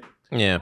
Oh, Maddie, were you working that game? I was working I was about to say, like, all this fighting. I'm just like, what is going on this preseason? It's I like feel like so many games like that I've covered, the fights are just not so many, but like Calgary, Seattle, though. Yeah. There was a lot of net scrums. Preseason can be good or bad for that, depending on how you view it, because it's guys trying to make it. Oh, I see. And this is a guy trying to make it in Nick Cousins because his spot in the NHL isn't secure anymore. And I think he hurt it. As a veteran, like, I'm siding with Marty in his post game where he was saying there's no need for that. It's an exhibition game. Like, that's what I'm how thinking. I'm signing on that. Yeah, like, yeah. Nick Cousins, you're a vet. Like, you should know that going after Demidov because you missed a hit and slashing him, none of that's worth it. We're both in the NHL here. We're both hockey players at the end of the day. You shouldn't be trying to take me out in this exhibition match. Maybe the dumbest part of it all was after he got called for his very obvious slash, the refs got a hold of him and he's talking. What are you complaining about? Oh, he's Nick Cousins. He's Nick Cousins, He's always dude. complaining. Oh, It's not about mouth. Yeah. He's such a mouth. Like, Yeah. Like, this is a guy who's making $825. He's trying to make the end of the roster. To go out and do it that way, it's not. None of that's worth it. You should know better at this point in your career. Damitov. Dude, if you could have picked a single Hab, you picked the wrong one. Yeah. They're going to kill you. Or your teammates. Yeah. Yeah. I think the Sens could trade him and they'll still go after Stützle or someone. When's first game Hab Sens in the regular season? Well, they got another one on Saturday. Oh, there you go. And it's a preseason. Cousins won't be in that game. You don't think so? No, I don't think you dress Okay, him. all right. Yeah, but if either Jack Eye is, you're dead. Yeah, I think but regular season one is where you get your retribution, right? They don't play. Hopefully it's like I'm a looking at Saturday. Canadians. Wow, they don't play until Get ready for November a 1st. Tuesday afternoon, Jesse. November Aw. 1st, 7 p.m. I don't know what November 1st is. November 1st. Okay. November 1st. Well, I don't know what day of the week. No, I know. I've been wrong enough this episode. I feel like perhaps It's a Saturday. Hey! that might be a can't miss. There it is. Jack Eye, you dress him on the first line. You start him. You have him play all 60 minutes. And every time Nick Cousins steps off of the bench, you punch him in the face. Come on, Brady, get the group chat going. Yeah, you Get dress the group chat, Brady. you dress both Jack Eye. Adam, you might be onto something. Oh, listen. Opening face-off, let's be done with it. Oh, you think Brady's texting I'm- Cousins? No, he's texting. Well, he's probably got a group text like he did at Four Nations, and we're like, all right, who are we taking? Well, and Yeah, but it's not on. It's on the Habs here to punch some faces. What are the Sens Or doing? the Sens can double down on being the bad guy, which is sort of the theme for the world right now. no. Hey, we're ghouls, and we're not even going to hide it. Fuck you. the hockey code guy thing is actually Brady being proactive and going, we owe you a pound of flesh. What are we doing? Because if he doesn't do that, the Habs simply take it. And they take it in the form of, fine, we're going to slash you then. And which one of your good, not all that big players are we injuring? The number one name is Tim Stützle. Yeah. Like, let's throw Drake Batherson in there. Maybe Shane Pinto. I mean, Jake Sanderson. But you don't like any of the names that I just mentioned, Nope, right? not particularly. So it's actually, I think, a good idea for Brady Tkachuk and Sens leadership to be like, all right, how do we make this right? You can't protect them all. You can try. I think we're in for one hell of a game. Yeah. It could happen tonight or whenever the next game is. Tomorrow? Hopefully it's tomorrow because Saturday. Oh, boo. Yeah. I was going to say we have a Friday show. That'd be nice. Yeah, it'll be good. like it. No, Cousins, I think, opened a can of worms. That was dumb. And I didn't see a ton of Sens fans sticking up for him. As a Leaf fan, there's nothing that makes me happier than these two teams tearing each other apart. Oh, Please go ahead. it was great. Please. That was great. Continue. Yeah, keep it going. Yeah. Have at it. I wanted to make sure I had the right game, but did you see Tim Stützle's dive in the Devils game? I did. He's terrible. I did see that. He's terrible. That's not the only one this preseason either, Jesse. I was do looking it. for that while you were talking because I was like, oh yeah, what happened with Stützle in the preseason? He got slashed in the hands and then somehow lost his footing. He gets slashed in the hands, which you can't do. Runs into the goalie. His feet stop moving. Yeah, and torpedoes the goalie. This is my question with Stützle. I know Michael Bunting was annoying because he never shut up. But when are the refs going to start being embarrassed by this guy? They're embarrassed by other doing a guys. Superman flying pose. Like, you say Bunting, and you might be like, well, Bunting didn't. He didn't shut the fuck up. He never shut the fuck up. Yeah, he needs to shut up. But they shut the faucet off. We're going to allow everyone to kill you, and it's fine. Yeah. The better comparison is Kadri. Okay. Kadri was a caliber player. What's going on, guys? What happened? Similar Maddie's to like Stützle. losing her That mind is over there. hilarious. She thinks this is the funniest thing she's ever seen. I mean, it's genuinely like that's humiliating. It's comical. That's such a dive. It's so bad. It's you 80s can movie argue bad. it's a penalty too. On him, yeah. It's a penalty. Yeah. It's two penalties. It's diving and running the goalie. Yes. His feet literally stop. and slashing. Yeah. Like, It's- let's give him the slash. Yeah, give him the slash. Or the penalty Sometimes- shot. I think he got Like- a penalty shot out of this. He could not have gone. Yeah, right? Sometimes I still wonder about the Devils. Like the end of this play should have been him getting a new mouth of dentures. I seriously don't think I've ever seen a hockey player go faster into a net.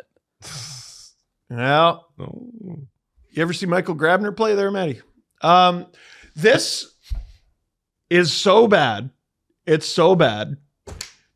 But what I would say is, where's the Kadri treatment for this guy? Mm-hmm.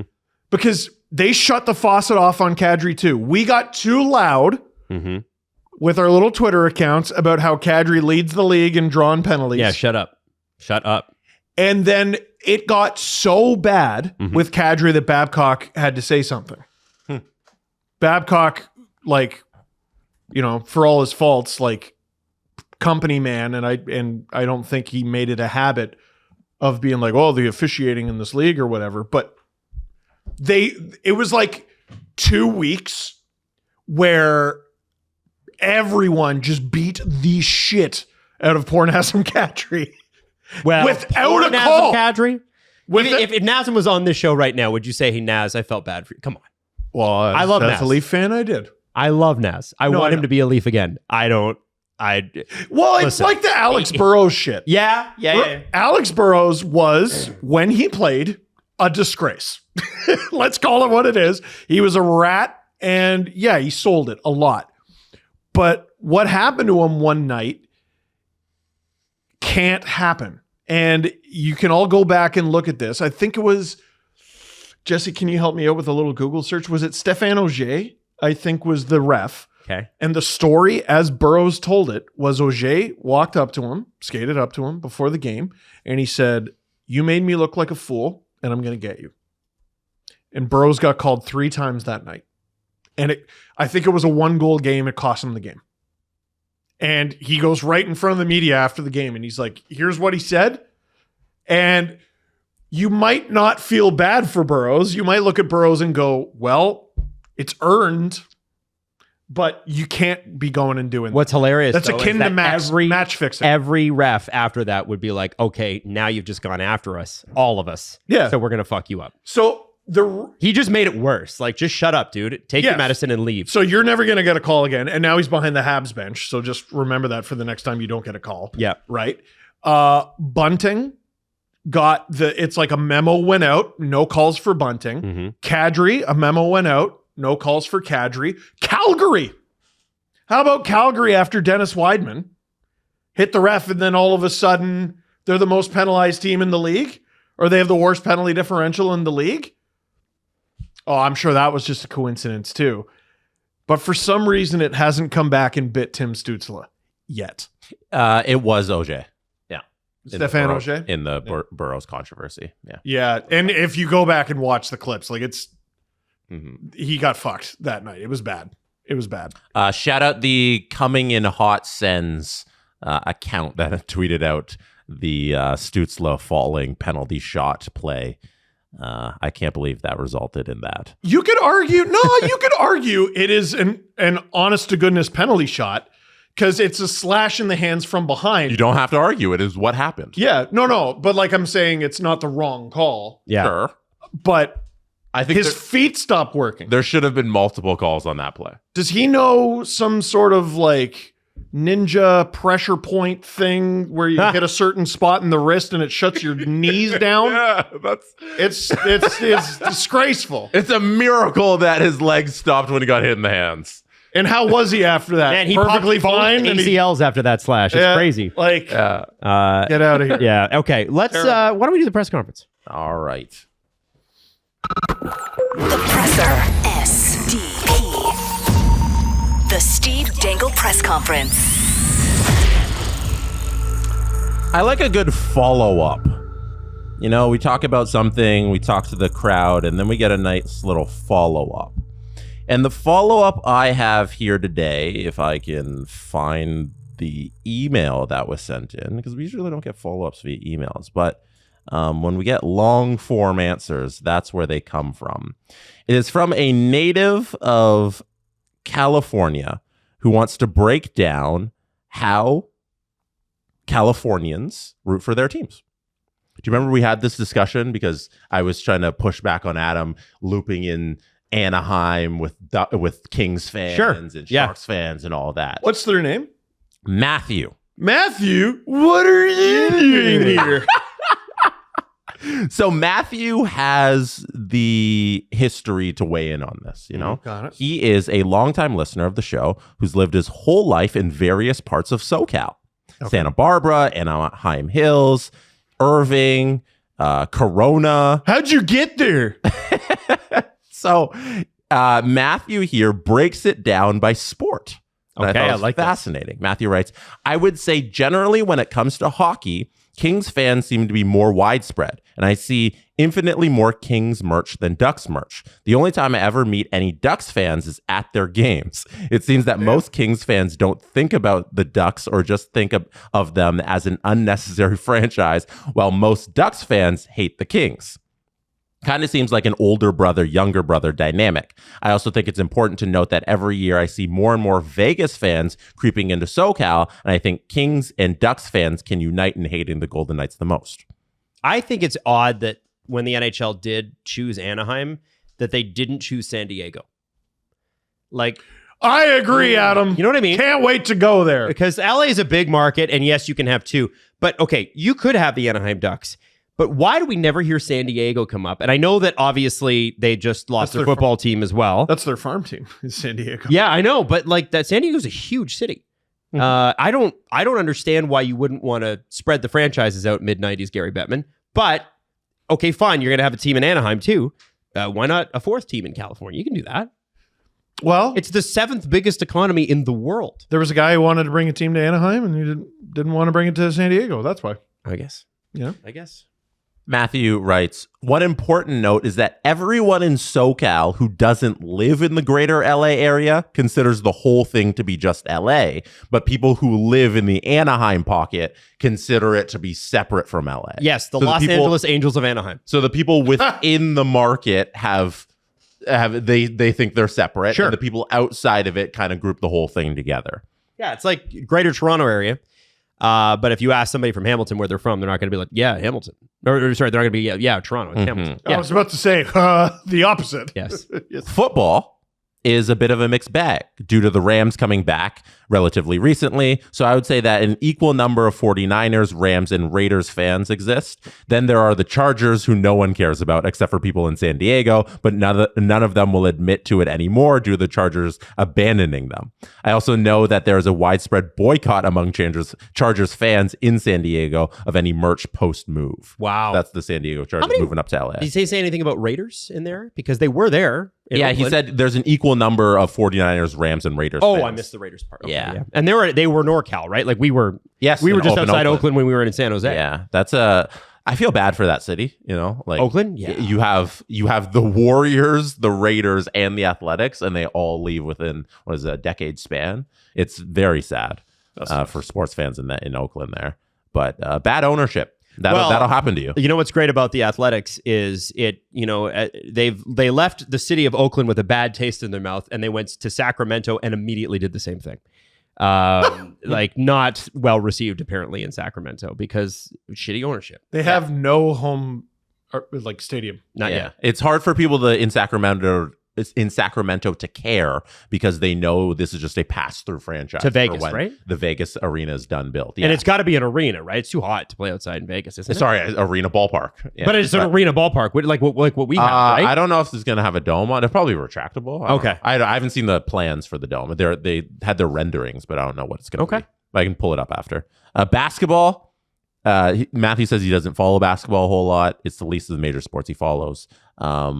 But there's a lot of diehard Lakers fan. Everyone is diehard Lakers fan or a bandwagon Warriors fan who is hanging on. Clippers. No one cares about the Clippers. I've never met a single Clippers fan or seen a single piece of Clippers merch. No, there's that tree company. They like the Clippers a lot. Yeah, that's what I've heard about LA and the Clippers. Like, there's no genuine Clippers fan. Well, because they were the San Diego Clippers. Yeah, I know you exist out there. I'm not saying there's zero, but generally everyone's a Lakers fan. Oh, wait a sec, Jesse. I'm getting a call from Mark Cuban for no good reason. Actually, everyone likes the Clippers a whole lot. And you haven't proven anything with this email. I'm butting in for no reason. I own the Mavericks. Baseball, lastly, to close out Matthew's email. Baseball seems to be the least divided as every SoCal baseball fan I've ever met is a Dodgers fan, with the exception of the entirety of San Diego loving the Padres. I would estimate that there are 5 Angels fans left in the state and that they are probably all depressed. It is kind of funny, though, that all major leagues seem to have a team here that very few people care about.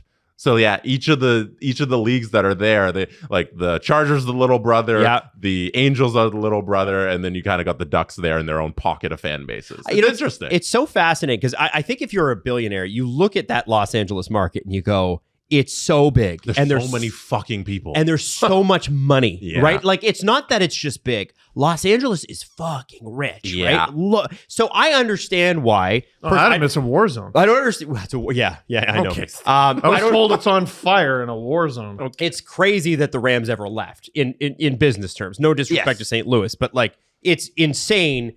That was dumb business practice back in the day. But back in the day, those teams were millionaire, not billionaire, playthings, and none of them made money anyway in the 80s. And so I look at San Diego, what a prime market. You're never going to be worth what you'd be worth in Vegas. You're never going to be worth what you'd be worth in San Francisco. You're never going to be worth what you'd be worth if you were in Los Angeles or the greater Los Angeles area, perhaps LA/Anaheim, if you were the Angels. But you could make some serious cash if you're a rich guy and you're like, I want an NFL franchise, I want an NHL franchise, and I want, and there's a myriad of other leagues going in, right? Like the women's pro league is growing like a weed in terms of soccer. I'm sure the PWHL would love to be in California. I know that they've got another couple of franchises ready to go probably by next year. San Diego to me is like a primo opportunity. As long as you're cool with being 15th to 17th in franchise value. You're never going to be New York, Miami, Chicago, LA. And I would be okay with that, but I don't know what it's like to be a billionaire because I feel like you have to be extraordinarily competitive. Who are you fooling? Oh, sorry. Well, I do. I do know. Yeah, they all smoke. Yeah. Do you know why the Rams had moved from LA to I don't know. St. Louis? Money. They were at talked about this. They were at the LA Coliseum, and that stadium was aging and old. And St. Louis, the city, was like, "Hey, we'll build you a new state-of-the-art stadium if you move your team to St. Louis." And they said, "Yeah, we'll do it," because they couldn't get the same funding in LA, so they just moved there strictly for the business. Wasn't that the first time I shouted "broke ass" on the show? We were talking about no, this was in the 80s. You're talking about this was 90s. Yeah. So you're talking about. I think you might have thinking the other way. Yeah. Yes. Eventually, they leave from St. Louis back to LA because Stan Kroenke can build his big $1 billion stadium in LA. Right. It's all just money. The previous owner of the Rams, whoever that was that moved them from LA to St. Louis, is an idiot. Because when you think about, yes, you got your free arena in St. Louis. And again, no disrespect to the St. Louis Rams. I was a big Marshall Faulk fan when they won. Kurt Warner rocked, that sort of thing. But when you moved, you left billions of dollars in franchise value year over year on the table. You fucking idiot. Just for a free arena. That's just insane to me.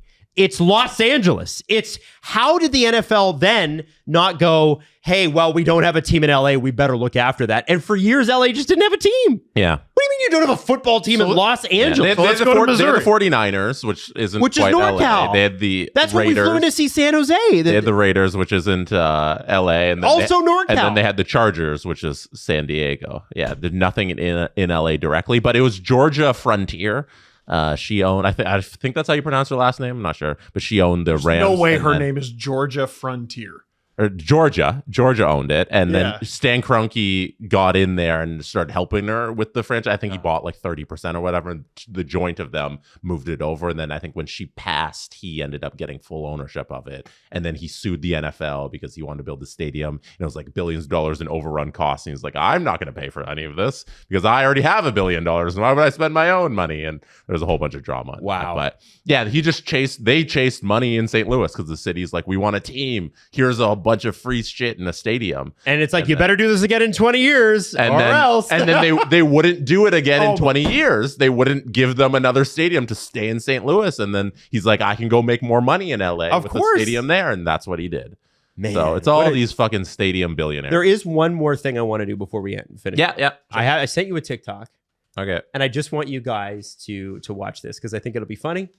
And it'll be a nice way to wrap up the show. Now, what do we know about team social media accounts? They can be fun. Cheeky. They can be cheeky. They can be fun. They can be robotic like the Leafs one was up until Shanny left. As soon as Shanny left, the Leafs one was like, hi, I have a personality now. Oh, here, can I take And the Raptors too. They are usually on someone's phone that is linked to their personal social media account. And do you remember the Calgary Flames Twitter account when Edmonton signed Sean Horkoff and the other guy? Who was the other guy? And it Alex Hemsky? Yeah, it was like the Calgary Flames official account tweeted, LOL 5 million for those guys? Stupid. Incredible, because he obviously meant it from the other account. Now, Jesse, I want you to play this because it's tough being a team admin, but this is the end of this is bizarre. Okay? And I just want to know what they were going for. It's not ready to be played yet. Okay. Let us know. No, you're gonna have to talk. Oh, I have to keep talking. But all right, here we go. Ready? You ready? If this works. All right. This is about the Blue Jays. LFG, let's go! Let's go! LFG, let's go! Fire! Let's go! Baseball sends assemble.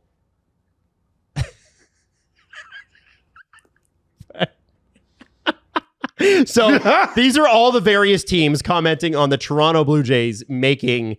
And so you got the Bills commenting on the Blue Jays winning the division. You got the Leafs. You got, I think the Jets were in there. The Raptors were in there. And then the Sens accounts like, let's go baseball Sens. Assemble. And everyone said, so you're dorks. So my question is, yes, they're dorks. But what were they going for there? What am I missing? What's a baseball Sen? Baseball Sens fan? I don't know. Jesse, any thoughts? You've run social media accounts for major brands before. Yeah, it was a little corny by them to go baseball Sens, but it's all right. I can't wait to be inundated by, no, it's actually funny. Let me explain why it's funny. And LeBreton Flats is real, don't you forget it. Jesse, let's fire that extra. All right. That's it for us, but we will be back on Friday. Yes, Steven. Easter Seals! Never heard of them. In the description, we are raising money for Easter Seals. I will talk about that more over the next month or so. Friday. Rachel's Raiders. We need your help again. Link in the description. The Steve Dangle Podcast. Follow the guys on Twitter at Steve_Dangle, at Adam WYLDE, and at Jesse Blake. Connection complete.